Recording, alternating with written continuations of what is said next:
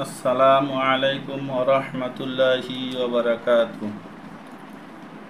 সম্মানিত বন্ধুগণ, আপনারা সবাই ভালো আছেন? আমিও আপনাদের দোয়ায় আল্লাহর রহমতে ভালো আছি। আপনাদের সামনে আরেকটি নতুন ভিডিও নিয়ে আসলাম।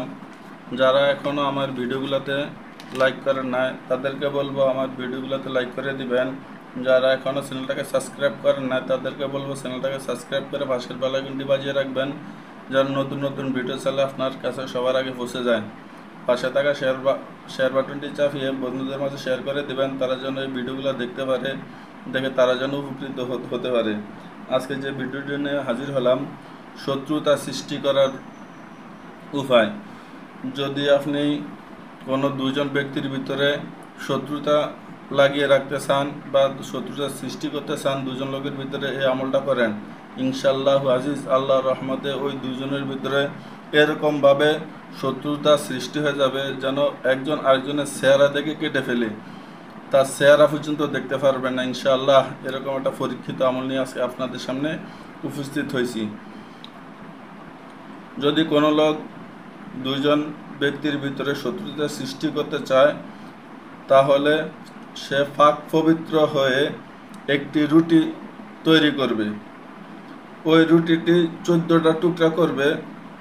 14টা টুকরার ভিতরে আমি একটা নকশা দেখে দিতেছি, এই নকশাটা লিখতে হবে। এই যে নকশাটা,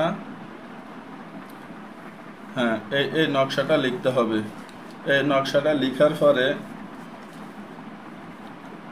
একটি টুকরা কুকুরকে খাওয়াবে আর একটি টুকরা বিড়ালকে খাওয়াবে। এভাবে 7 দিন পর্যন্ত এই আমলটা করতে হবে।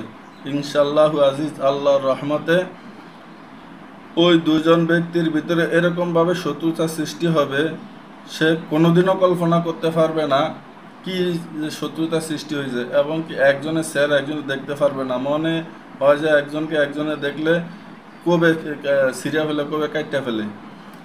কেউ যদি এই তদবিরটা আমার থেকে নিতে চান তাহলে যোগাযোগ করবেন। আর যদি কেউ নিজে এই কাজ করতে চান, আমি নিয়মগুলো বলে দিতেছি, নিজেরা করে ইনশাল্লাহ নিজেরাও করতে পারবেন। সর্বপ্রথম আপনি কি করতে হবে, 1000 বার দুরূদ শরীফ পাঠ করতে হবে। 1000 বার দুরূদ শরীফ পাঠ করার পরে আপনি 41 বার সূরা ফাতিহার আমল করতে হবে।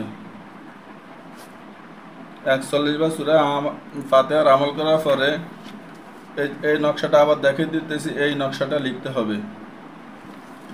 এই নকশাটা ওই রুটির ভিতরে লিখতে হবে। লিখার পরে 21 বার সূরা ফাতিহা আউযু বিসমিল্লাহ সহকারে পাঠ করতে হবে। তারপরে 11 বার দুরূদ শরীফ পাঠ করতে হবে।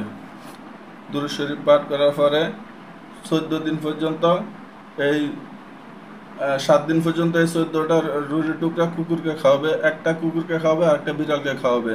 এভাবে 7 দিনের আমলটা করবে, ইনশাআল্লাহ আজিজ আল্লাহর রহমতে ওই দুজনের ভিতরে শত্রুতা সৃষ্টি হয়ে যাবে ইনশাআল্লাহ। আজকে এ পর্যন্তই, দেখা হবে নতুন ভিডিওতে। আমা তাওফিক ইল্লা বিল্লাহ। আসসালামু আলাইকুম ওয়া রাহমাতুল্লাহ।